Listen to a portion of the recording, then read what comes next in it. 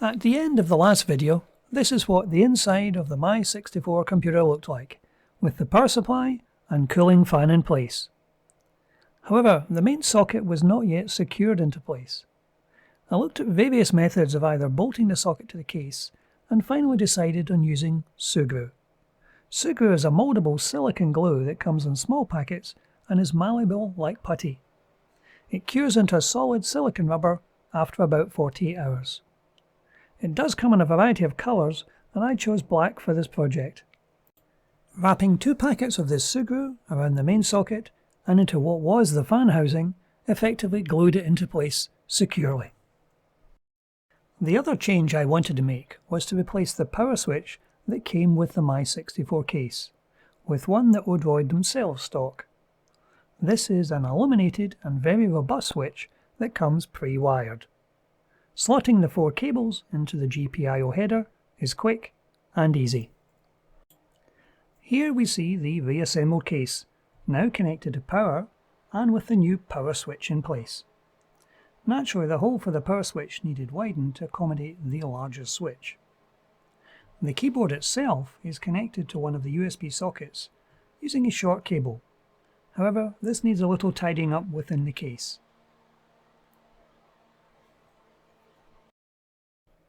The Odroid is a fairly tight fit within the case, and if I were building more of these, I'd probably look to widen the opening to accommodate the height of the audio sockets. But all in all, it's been an interesting project. Now that everything is in place, I want to power it up and check that there aren't any thermal problems within the case. I've connected a small temperature probe, which is externally powered, to the Odroid CPU heatsink to monitor the temperatures within the case. I started the monitor for a few minutes before powering on to determine the ambient temperature, as it's a warm day here. So we're sitting just over 29 degrees centigrade, just before we log on to the machine.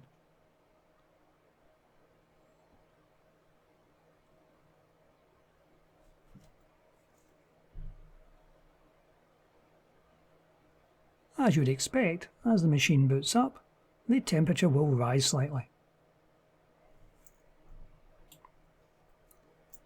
So giving the monitor a few minutes to settle down while Windows just runs normally, the first thing we'll want to do is to power up Chrome.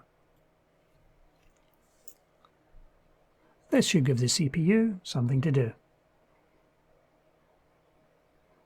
And there's Chrome running, and our temperature slips up a little more. So the next thing I'm going to do is to launch a piece of software called Process Lasso from Bitsum. This is like a task manager and has the advantage in that you can actually trim back any process which is taking too much CPU time by lowering its priority. The other thing this is useful for is there are a number of tools, one of which is a CPU eater. This will actually impose a load on the CPU to push each core up to 100%. So this is a good test on the CPU to see how much the heatsink, which is intended to cool the CPU, actually warms up. So we can see our CPU temperature on the heatsink has now reached 32 and still climbing. However, even running each of the CPU cores at 100% for 30 seconds is not making the temperature rise significantly. The thermals within the case do not so far seem to be a problem.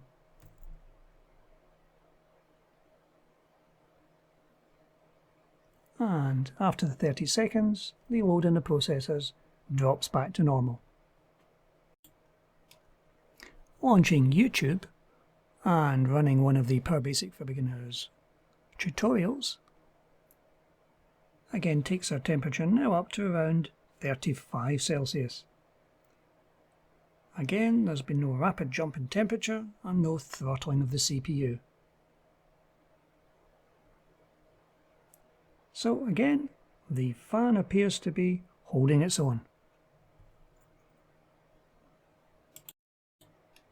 In an attempt to stress the CPU further, we're now launching a gravity demo. This gravity demonstration is a simulation of a star cluster under gravity, with at the centre a single stationary black hole. This will impose a greater load on the CPU, which appears to be handling nicely, and our temperature is now over 37. Again, as long as the temperature stays below 40 on the heatsink, I'm quite happy. I think we have no thermal issues within the case. The Noctua fan, which is a 5-volt fan, is running quite nicely and remarkably quietly. I did go into the BIOS to ensure the fan would be running at a reasonable rate once the temperature got above 30.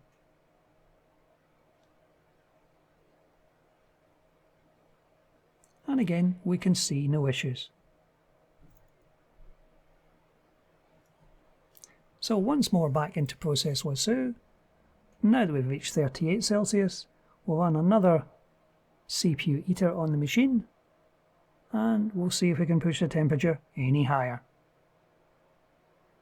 This, as I said, applies a load to each of the cores to push them up to 100% for 30 seconds. And while our temperature is creeping up slightly, it's not going up by much, and it's not going up fast. We're topping out around 38.6. But that's it for today. Thank you for watching.